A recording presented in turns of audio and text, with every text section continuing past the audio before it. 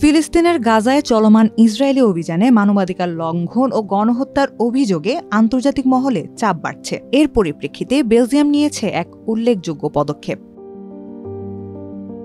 দেশটির federal prosecutor office আন্তর্জাতিক অপরাধ আদালত আইসিসিতে দুই ইসরায়েলি সেনার বিরুদ্ধে যুদ্ধাপরাধের অভিযোগ পাঠানোর সিদ্ধান্ত নিয়েছে। অভিযুক্তরা গিভাতি ব্রিগেডের সদস্য।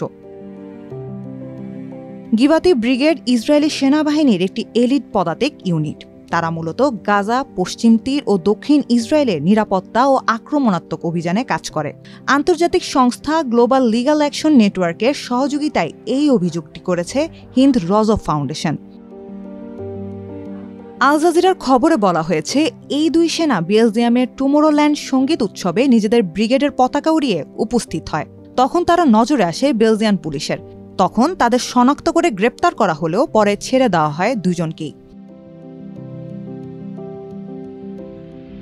বেলজিয়ামে অবস্থিত হিন্দ রজভ ফাউন্ডেশনের নামকরণ করা হয়েছে গাজায় যুদ্ধের শুরুতে ইসরায়েলি গুলিতে নিহত ৬ বছরের এক ফিলিস্তিনি শিশুর নামে।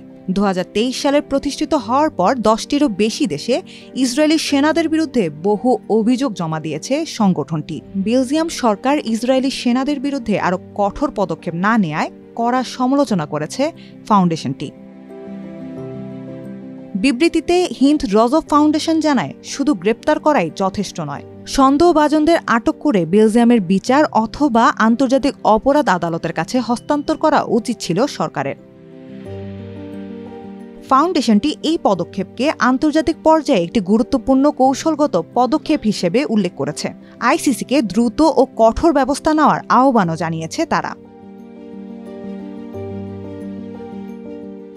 এদিকে সেনা গ্রেপ্তারে চরম ক্ষুব্ধ হয়েছে ইসরায়েল। প্রতিবাদে বেলজিয়ামের এক কূটনীতিককে তলব করেছে তেল আবিব। গাজায় মানবিক বিপর্যয় এবং ফিলিস্তিনের বিরুদ্ধে ইসরায়েলের চলমান যুদ্ধ নিয়ে বাড়তে থাকা আন্তর্জাতিক উদ্বেগের মধ্যেই দুই দেশের এই বিরোধ দেখা গেছে।